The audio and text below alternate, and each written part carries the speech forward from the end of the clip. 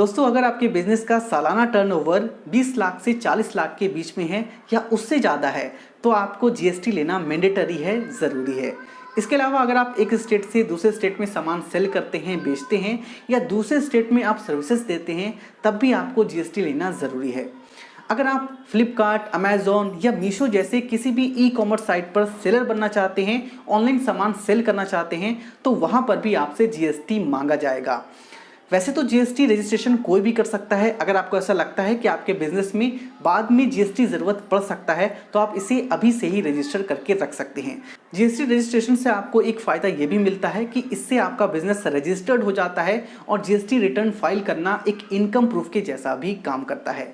सो इस वीडियो में मैंने आपको जीएसटी ऑनलाइन रजिस्टर्ड करने का बिल्कुल कंप्लीट और लाइव प्रोसेस दिखाया है। मैं आपको श्योरिटी दे सकता हूँ कि इस वीडियो को देखने के बाद आपको कोई भी दूसरी वीडियो देखने की ज़रूरत नहीं पड़ेगी। तो चलिए शुरू करते हैं। तो चलिए सबसे पहले हम ये जानते हैं कि जीएसटी रजिस्ट्रेशन करने से पहले आपके पास क्या क्या डिटेल और डॉक्यूमेंट होना चाहिए। सबसे पहला आपके पास पैन कार्ड होना चाहिए, दूसरा आपके पास आधार कार्ड होना चाहिए और आपके आधार कार्ड से आपका मोबाइल नंबर लिंक होना चाहिए। फिर एक मोबाइल नंबर चाहिए, एक ईमेल आईडी चाहिए और आपको आपके बिजनेस का नेम और कंप्लीट एड्रेस पता होना चाहिए। इसके अलावा आपको अपने बिजनेस या सर्विसेज का HSN या सैक कोड को सर्च करके पहले से ही रख लेना है, क्योंकि वहां पर आपको ऐड करना होगा। HSN या सैक कोड को सर्च करने के लिए वीडियो के डिस्क्रिप्शन में आपको इस पेज का डायरेक्ट लिंक मिलेगा। यहां से आप अपने बिजनेस या सर्विसेज का HSN या सैक कोड को सर्च कर सकते हैं। सिंपली आपको यहाँ पर अपनी बिजनेस या सर्विसेज को लिखना है, सर्च करेंगे, आपका यहाँ पर सैक कोड आ जाएगा। इसके अलावा डॉक्यूमेंट्स में आपके पास एक पासपोर्ट साइज फोटो होना चाहिए जिसका फाइल साइज 100 KB से ज्यादा नहीं होना चाहिए। यहाँ पर आपसे 2 डॉक्यूमेंट अपलोड करने के लिए बोला जाएगा, एक बिजनेस एड्रेस प्रूफ, दूसरा पोजीशन ऑफ बिजनेस प्रूफ। ठीक है, बिजनेस एड्रेस प्रूफ में आप चाहें तो electricity bill, rent agreement, ownership document, municipal खाता कॉपी या प्रॉपर्टी टैक्स को अपलोड कर सकते हैं। इसका फाइल साइज 2 MB से ज़्यादा नहीं होना चाहिए। और पोजीशन ऑफ बिजनेस प्रूफ में आप चाहें तो electricity bill, rent agreement, ownership document, municipal खाता कॉपी और प्रॉपर्टी टैक्स अपलोड कर सकते हैं। ठीक है, दोनों में डॉक्यूमेंट सेम है, आप चाहें तो दोनों में एक ही डॉक्यूमेंट भी अपलोड कर सकते हैं। इसका भी फाइल साइज 100 KB से 2 MB से ज्यादा नहीं होना चाहिए। और अगर आपके पास ये सारे डॉक्यूमेंट नहीं है तो आप चाहें तो कंसेंट लेटर भी ऑनर का अपलोड कर सकते हैं। तो ये सारे डॉक्यूमेंट पहले आप अपने पास रख लें, उसके बाद रजिस्ट्रेशन स्टार्ट करें। तो इसके लिए आपको गुड्स एंड सर्विसेज टैक्स के ऑफिशियल वेबसाइट पे आना है। इसका डायरेक्ट लिंक आपको वीडियो के डिस्क्रिप्शन में भी मिल जाएगा। फिर ऊपर सर्विसेज पर क्लिक करेंगे, रजिस्ट्रेशन में आएंगे, फिर न्यू रजिस्ट्रेशन पर क्लिक करेंगे। आपके सामने रजिस्ट्रेशन पेज आएगा, IMA में क्लिक करेंगे, फिर यहाँ पर आपको टैक्स पेयर को सेलेक्ट करना है। अगर आपकी कंडीशन में कुछ और है तो यहाँ पे आपको कई सारे ऑप्शन मिल जाते हैं, लेकिन नॉर्मली टैक्स पेयर ही सेलेक्ट किया जाता है। फिर सेलेक्ट स्टेट पर क्लिक करके यहाँ से आप अपने स्टेट के नेम को सेलेक्ट करेंगे, फिर यहाँ से डिस्ट्रिक्ट को सेलेक्ट करेंगे, फिर यहाँ पर आप अपना लीगल नेम देंगे। जैसा नाम आपके पैन कार्ड पर लिखा है सेम उसी नाम को वहाँ पर एंटर करना है। फिर यहाँ पर पैन कार्ड नंबर देंगे, यहाँ पर आप अपना एक ईमेल ID देंगे, फिर अपना एक मोबाइल नंबर देंगे। इस कैप्चा कोड को यहाँ पर देकर प्रोसीड पर क्लिक करेंगे। फिर आपके मोबाइल नंबर और ईमेल आईडी पर OTP जाएगा। मोबाइल नंबर का OTP ऊपर देंगे, ईमेल आईडी का OTP नीचे देंगे, फिर प्रोसीड पर क्लिक करेंगे। आपका रजिस्ट्रेशन सक्सेस हो गया है। आपके सामने एक TRN नंबर आ जाएगा, इसे आप कॉपी करके अपने पास रख लेंगे। वैसे ये TRN नंबर आपके रजिस्टर्ड ईमेल पर और मोबाइल नंबर पर भी आएगा। फिर यहाँ पर आप प्रोसीड पर क्लिक करेंगे, फिर उसी TRN नंबर को यहाँ पर पेस्ट करेंगे, फिर इस कैप्चा कोड को यहाँ पर देकर फिर प्रोसीड पर क्लिक करेंगे। फिर से आपके मोबाइल नंबर और ईमेल पर एक OTP जाएगा, कोई भी एक OTP यहाँ पर एंटर करेंगे, फिर प्रोसीड पर क्लिक करेंगे। फिर आपके सामने इस तरह का पेज आएगा, यहाँ पर आपको एक्शन के बटन पर क्लिक करना है। अब इस एप्लीकेशन को इतने स्टेप में कंप्लीट करेंगे। डिटेल्स ऑफ बिजनेस में आपका नाम और पैन कार्ड नंबर ऑटोमेटिक आ जाएगा। ट्रेड नेम में आप अपने शॉप या बिजनेस का नाम देंगे, फिर कंस्टिट्यूशन ऑफ बिजनेस पर क्लिक करेंगे। अगर आप ये जीएसटी किसी कंपनी के लिए बना रहे हैं या लिमिटेड कंपनी के लिए बना रहे हैं तो उसे आप यहाँ पर सेलेक्ट कर सकते हैं। अगर आप ये जीएसटी इंडिविजुअल के लिए बना रहे हैं तो प्रोप्राइटरशिप को सेलेक्ट करेंगे। एडिशनल ट्रेड नेम में कुछ नहीं देना है। फिर स्टेट का नाम और डिस्ट्रिक्ट का नाम ऑटोमेटिक आ जाएगा। अब यहाँ पर आपसे एक सवाल ये पूछा जा रहा है कि क्या आप ये जीएसटी किसी कैजुअल टैक्सेबल पर्सन के लिए बनाना चाहते हैं या नहीं। देखिए होता क्या है कि कुछ लोग जीएसटी कुछ दिन, कुछ महीने या कुछ साल के लिए बनाना चाहते हैं, तो ये ऑप्शन उनके लिए है। इसे आपको ऑन नहीं करना है, इसे आपको ऑफ ही रहने देना है। कंपोजिशन का ऑप्शन भी कैजुअल टैक्सेबल पर्सन के लिए है, इसे भी आप ऑफ ही रहने देंगे।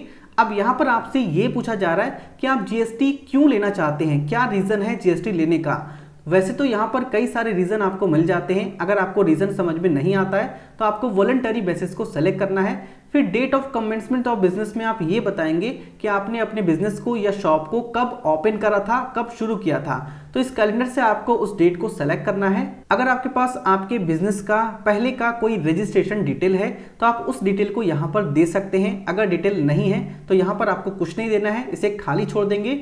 फिर सेव एंड कंटिन्यू पर क्लिक करेंगे। फिर पर्सनल इंफॉर्मेशन में आपका फर्स्ट नेम और लास्ट नेम आ जाएगा। यहाँ पर आप अपने फादर नेम का फर्स्ट नेम और लास्ट नेम देंगे।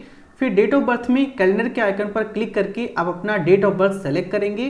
फिर यहाँ पर अपना मोबाइल नंबर देंगे, एक ईमेल आईडी देंगे, फिर अपना जेंडर सेलेक्ट करेंगे, टेलीफोन नंबर को छोड़ देंगे। आप अपने बिजनेस या शॉप में किस पोजीशन पर हैं उस पोजीशन को यहाँ पर लिखेंगे। अगर आप मालिक हैं तो यहाँ पर आपको ऑनर लिखना है। अगर आप अपने बिजनेस के डायरेक्टर हैं तो यहाँ पर आपको अपना डायरेक्टर आइडेंटिफिकेशन नंबर भी देना है। नीचे पासपोर्ट नंबर और आधार कार्ड नंबर देने की ज़रूरत नहीं है। अब यहाँ पर आप अपना रेसिडेंशियल एड्रेस इंटर करेंगे।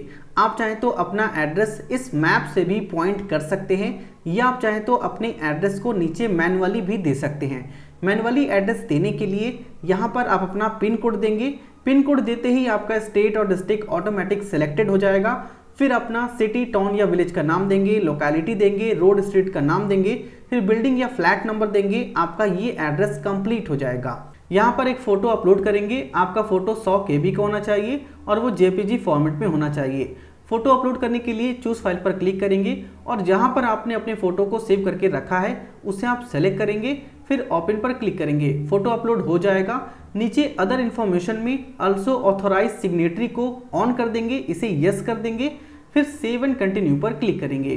फिर इस तरह का पेज आएगा। यहाँ पर प्राइमरी ऑथोराइज सिग्नेटरी को चेक करेंगे, फिर नीचे स्क्रॉल करेंगे, फिर से सेव एंड कंटिन्यू पर क्लिक करेंगे।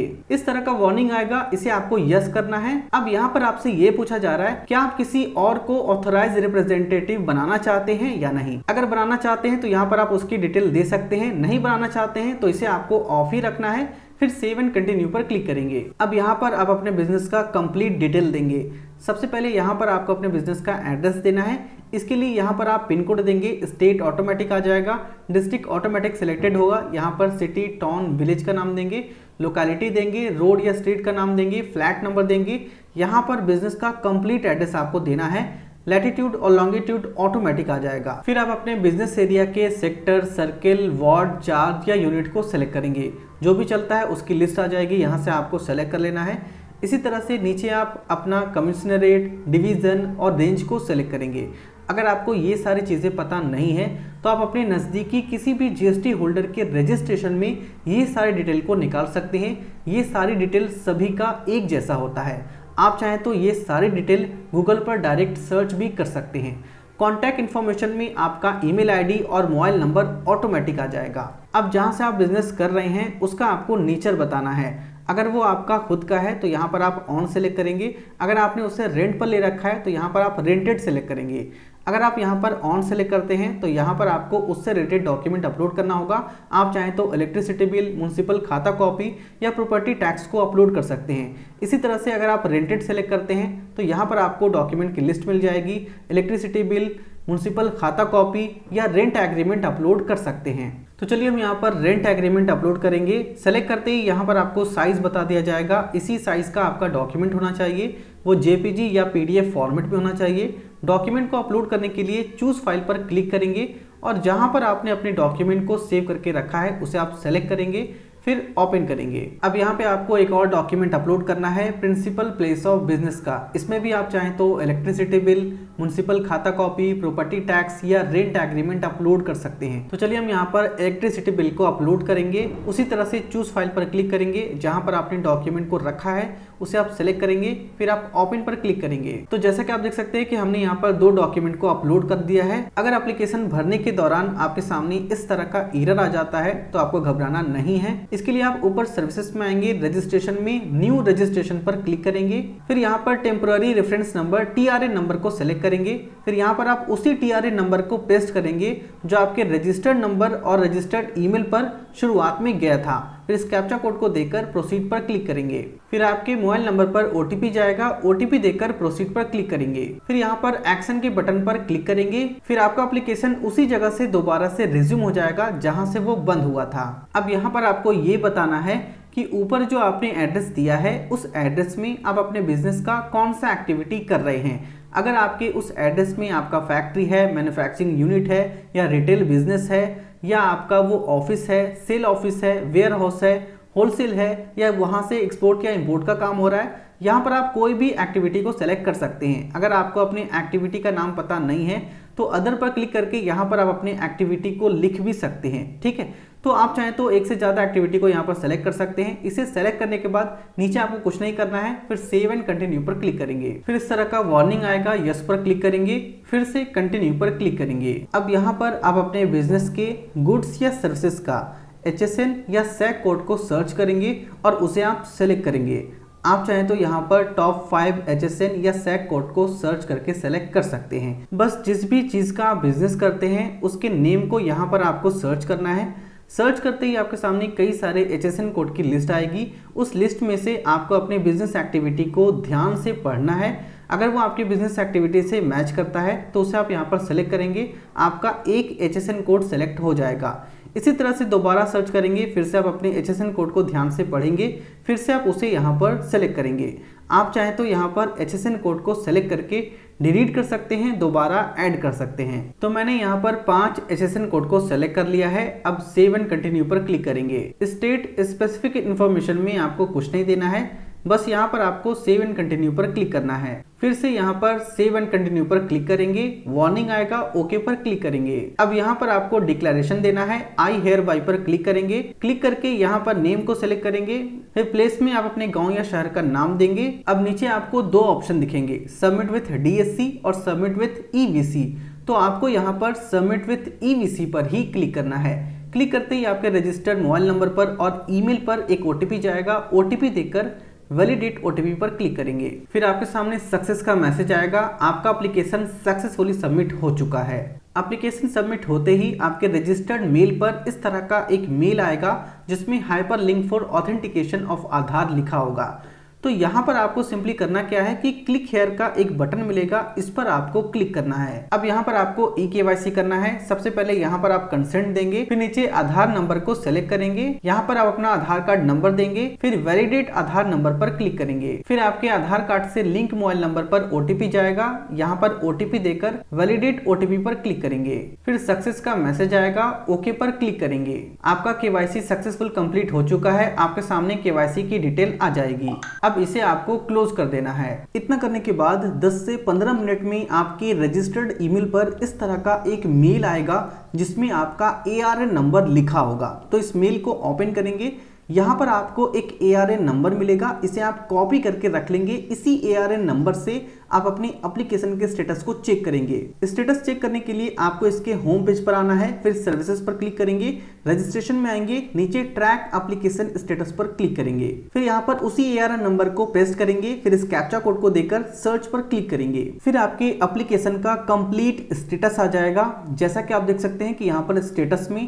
पेंडिंग फॉर प्रोसेसिंग का स्टेटस आ रहा है। तो आपको यहाँ पर स्टेटस में अप्रूवल का वेट करना है।